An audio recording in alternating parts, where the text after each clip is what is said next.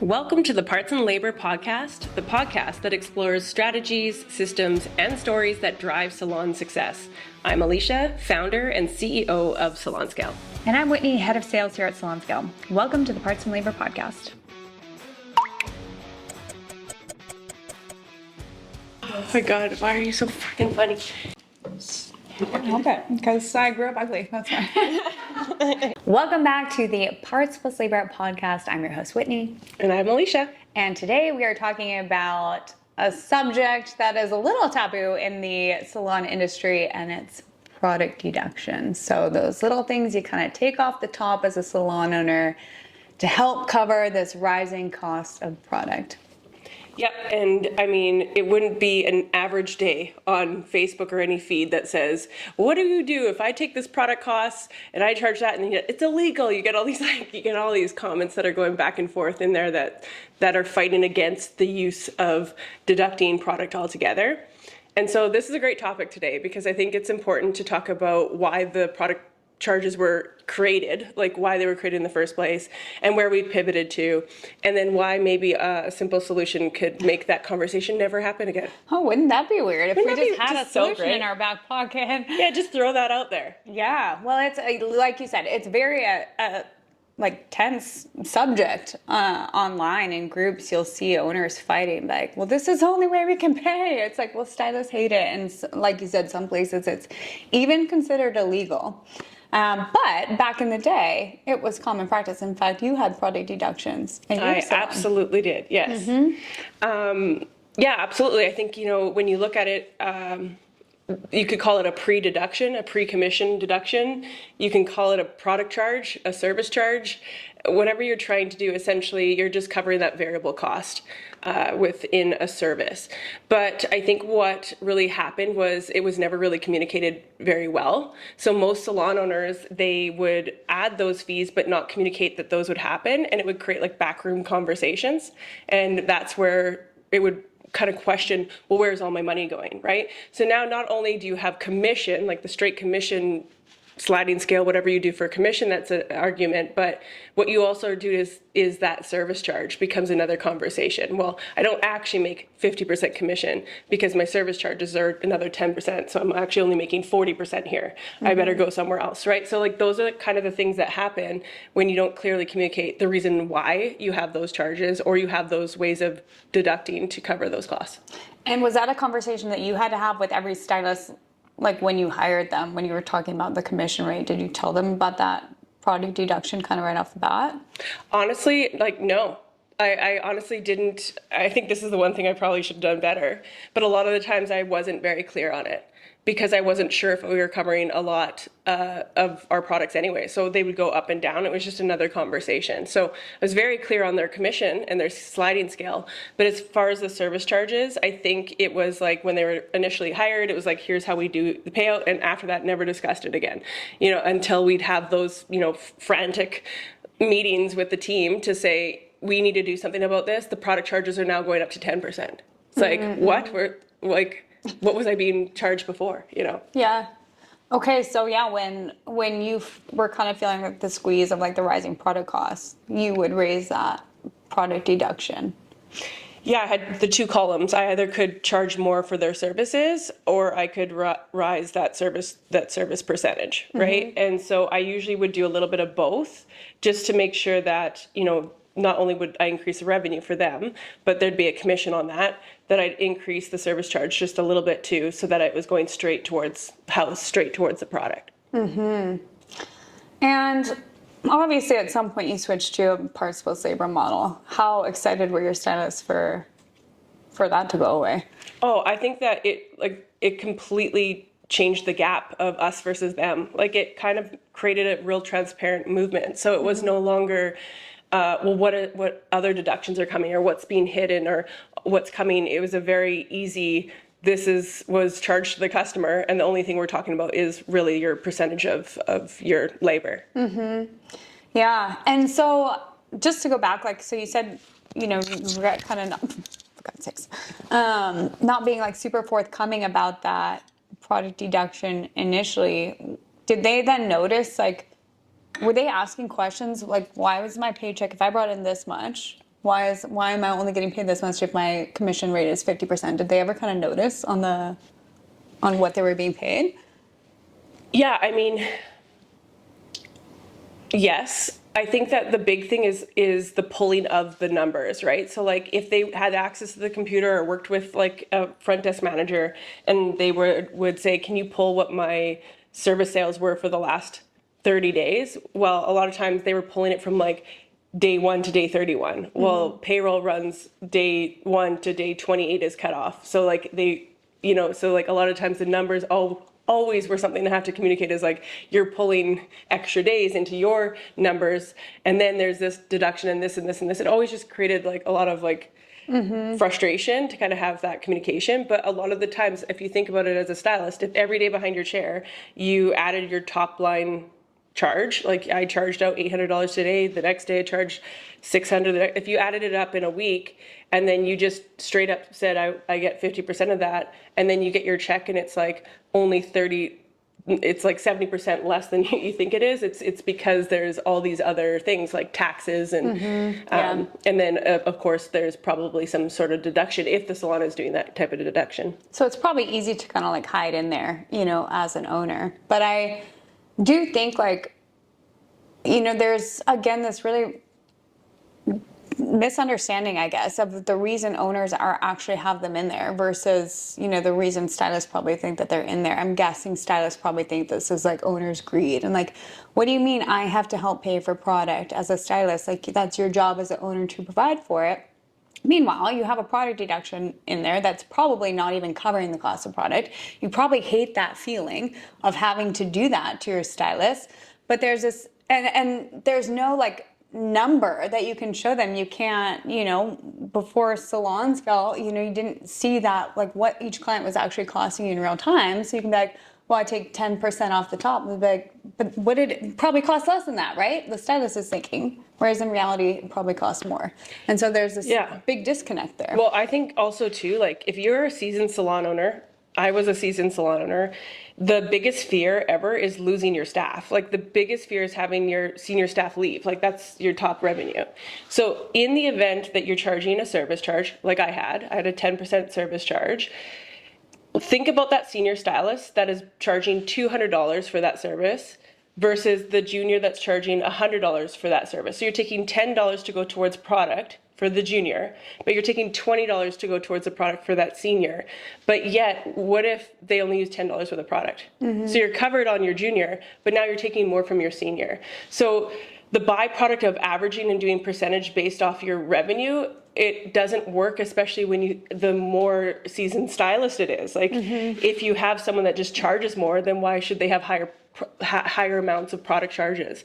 It should be based on actually what they're using, not by a percentage of their revenue. That doesn't equate to success, and ultimately it's a thing that's going to it'll push your high income earners out of your business by doing that. Yeah. And so, many years ago, that was just common practice. That was just what happened, whether the salon kind of announced it or not. You took some off the top, whether it's a percentage, whether it's a flat rate, and then the rest was the commissionable portion. So the salon and the stylist were kind of splitting that cost of product. At what point, what do you think was like the big shift to why it switched to those weren't a thing anymore? Now you do get like usually flat commission on the full cost of the service. And what made it become illegal in some states? I think that the only reason why it shifted because the market shifted to like the vast majority of the market is solopreneur or small early stage startups, right? So like if you look at that, a lot of the times the people leaving commission-based salons are like, fuck the product deductions. I'm going to go start my own business and there'll be none. You'll get straight 50%. You'll get straight. So it's like resetting the model over and over and over. Everyone is trying to think that somehow the product will just be magically paid for by itself just by charging more, which is not the case. But I think that's where that kind of happened. And now majority of businesses are a lot more fragmented. So that's why we see a lot of a shift of not having these type of product charges.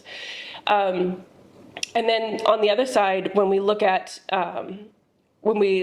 really, I think you have to remind me exactly what your next question was on the. And why did they go away? Why did they, and you kind of answered that, I think, and we've talked about this before, you know, people who are saying like slighted stylists who are coming from these salons that had owners that charged it. And then they're going to open their salon. They're like, I'm not doing that here. Like I hated the feeling of that. So I'm going to open a salon where you just get a fair commission rate.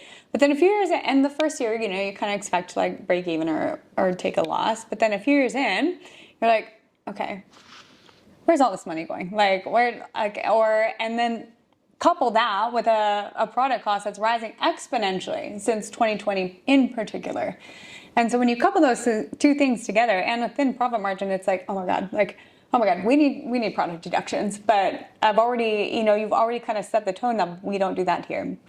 And that brings us to our kind of third way of doing it, which is obviously parts plus labor, pass it to the client. Like just have the, what could be more fair than that? You know, having the client pay for the amount that was used during the service instead of deducting it from the stylist. I think also too, I remember your question now. Oh, about it being illegal, or when did it become illegal? Yeah.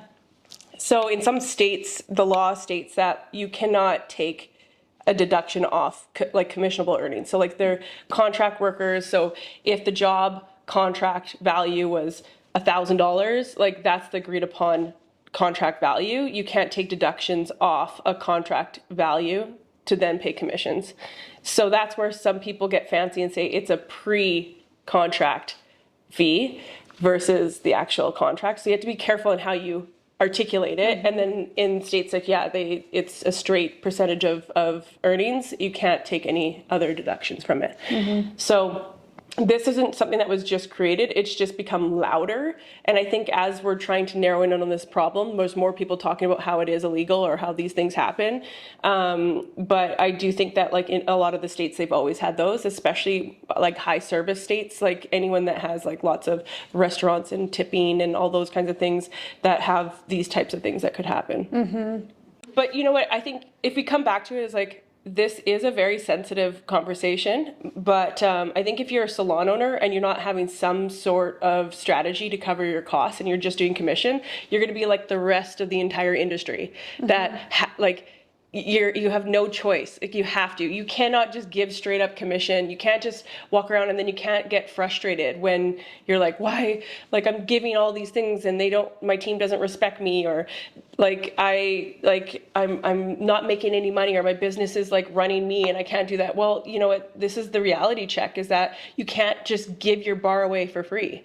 You know, it's like saying like, the average cost of product for an appointment is around $14. The average cost of a cocktail or a drink is $14. So that's like saying every single customer that's coming into your business every day, you're just giving them a free martini.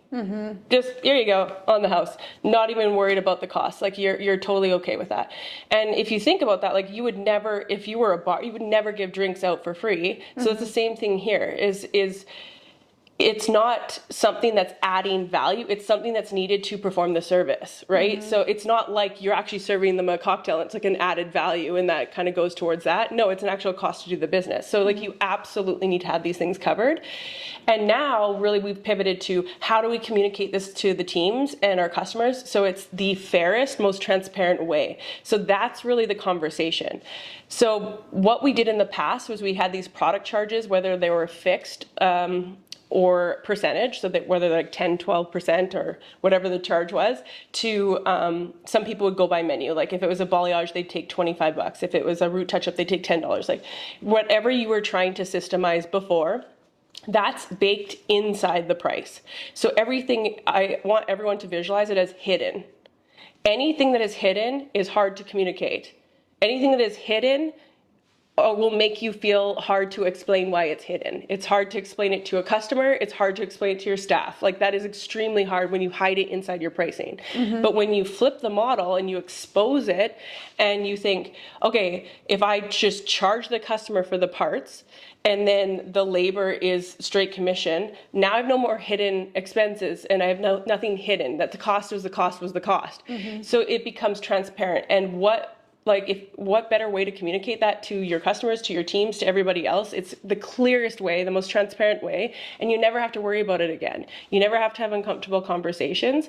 And like, when we've seen salons transition to this model, the amount of stress reduction, the amount of relief they have, the amount of, oh my gosh, like I realize now, what was going on, to even the staff, of like senior staff feeling way more appreciated because they are not being charged more in product than they were in the past, to juniors like starting in a more healthy environment that doesn't have these kind of hidden structures, to then the customer, which is the customer now knows exactly what they paid for. They know what the time is, they know what the expense is, and there's no more questioning why they were charged, why they were charging. So that is the clearest way to think about it. And you brought up a good point kind of at the beginning too, of like just raising your prices doesn't work. And I think, you mentioned kind of buffering that average price in there, that product deduction in there, like the $25. But when you're giving a straight commission, so like even without the product deduction, let's say you're giving a straight commission and the average color client costs you $14. Well, you need to now buffer in $28 worth of product if you as a salon owner need to recuperate 14, right? And so it's just a way that you have to inflate these prices, have to inflate these extra rolls to cover a color charge that, doesn't belong in a commissionable line item. Absolutely. Like, I think, absolutely. Yeah, anything that gets missed, like, again, averaging doesn't work, right? So like, if you were allotting $20 towards that product, for every dollar that goes over, you're going to pay commission on it because it's living in a commissionable earning line versus a cost of goods. It's fully separated. And so again, that's only going to take you a few months of cutting into your profit for you to have that sit down conversation with your team and be like, we're not covering our costs, or we have to change the pricing structure. And it becomes like, again, a big high conversation, or a point of like conflict in the business, or a thing that makes you be frustrated in salon ownership in general. And all of that can go away. Mm-hmm. It can go completely away by just really thinking of it as, what is the worst thing going to happen if I actually go to my team and say, hey, we don't have any product deductions anymore. We're going to pay you straight the sliding scale commission, but now we're going to charge the customer for all the product, the exact amount, no more, no less, just the exact amount of product that they're using every single day. How does that feel? Like, what's the worst thing that's going to happen, right? The worst would be maybe you have someone that needs to, has a problem or wants to explain it, or not know if that's fair. That's so much easier to have that conversation on the why, because why it needs to be covered. Mm-hmm. It needs to be covered and replenished. Like, it's so much easier to have that conversation than it is to sit at home frustrated, exhausted, cashless, and living a complete delusion life that like it's going to get better. It's just going to get better. It's like you can't keep living like that. I know that because I was that. Like, I felt that all the time, and you're not going to get yourself through it. If you just raise prices, you're paying higher commissions on those. So you're only covering a little bit more cash flow. You're only getting a little bit more. And what's going to happen 3-6 months down the road, that product's going to increase. So your expenses are going to always slightly increase with inflation. Your pricing increases usually happen annually. I don't know a single salon that increases prices 3 times a year, right? Mm-hmm. But a lot of times maybe annually, which is probably the average, once every 3 to 5 years, yeah. Which is like insane. So if you think about that, if you're only raising your prices once a year or once every 3 to 5 years, but that product is increasing every 6 months.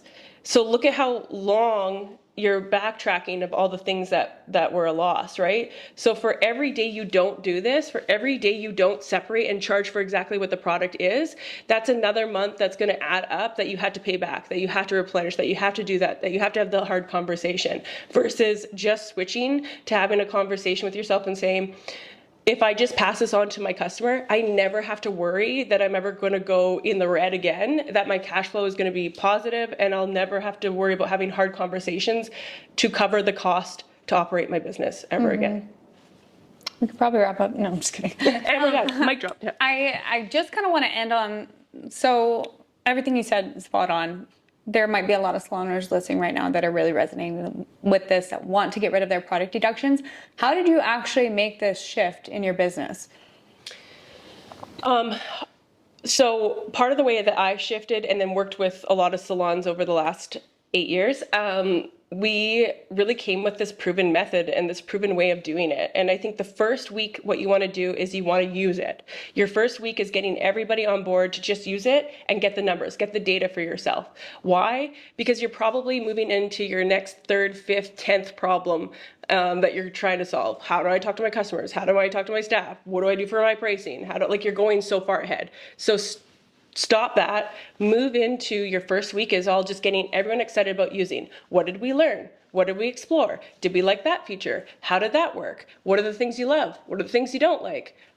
These are the things you want to do with your teams, getting them excited about just using and finding that technology.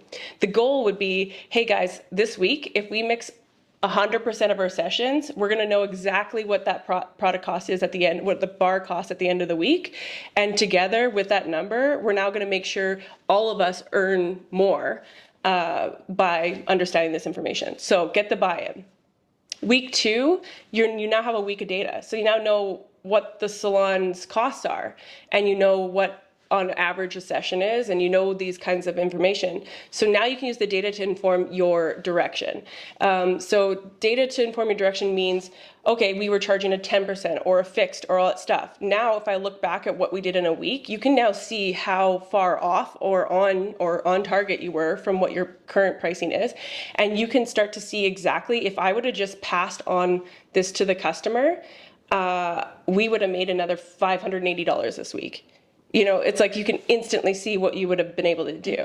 That helps you to then, in week 2, start to test and apply that theory, which would be coming up with your strategy or implementation of how you're going to do this. Okay, guys, we're going to be passing this on next week. So after this week, starting week 3, we're going to now pass the cost on to the customer.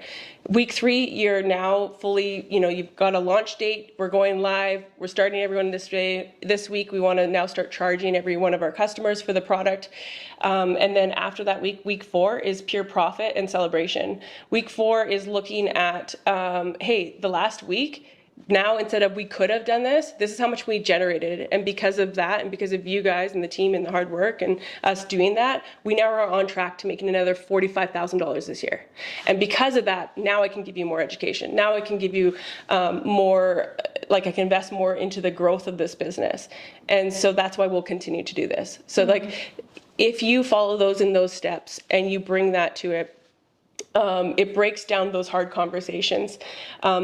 The week that you're going to be talking to your teams is week 2. The week you're talking to your customers is week 3. And by week 4, you now have a full running system. So it works all together. And I would say too, because we don't talk about actual salon scale as the tool a lot. So what you're talking about there is using the salon scale app to track those product costs and ultimately pass it on to the client. And I just wanted to touch on that too. We support you.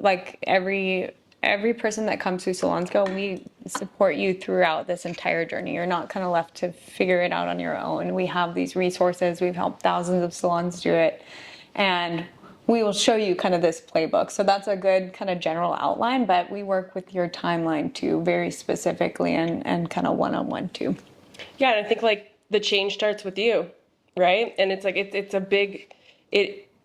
I know a salon that's ready to start. They're usually tired, frustrated. They're fuck it, fuck it, send it. They're just we need to do this. Mm-hmm. So if you're in that bracket, we know you're ready to go. We're here to help you.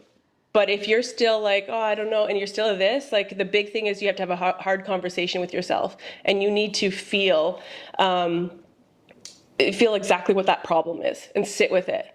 And are you comfortable? Are you okay going another week, another month, another year in the exact place you are right now?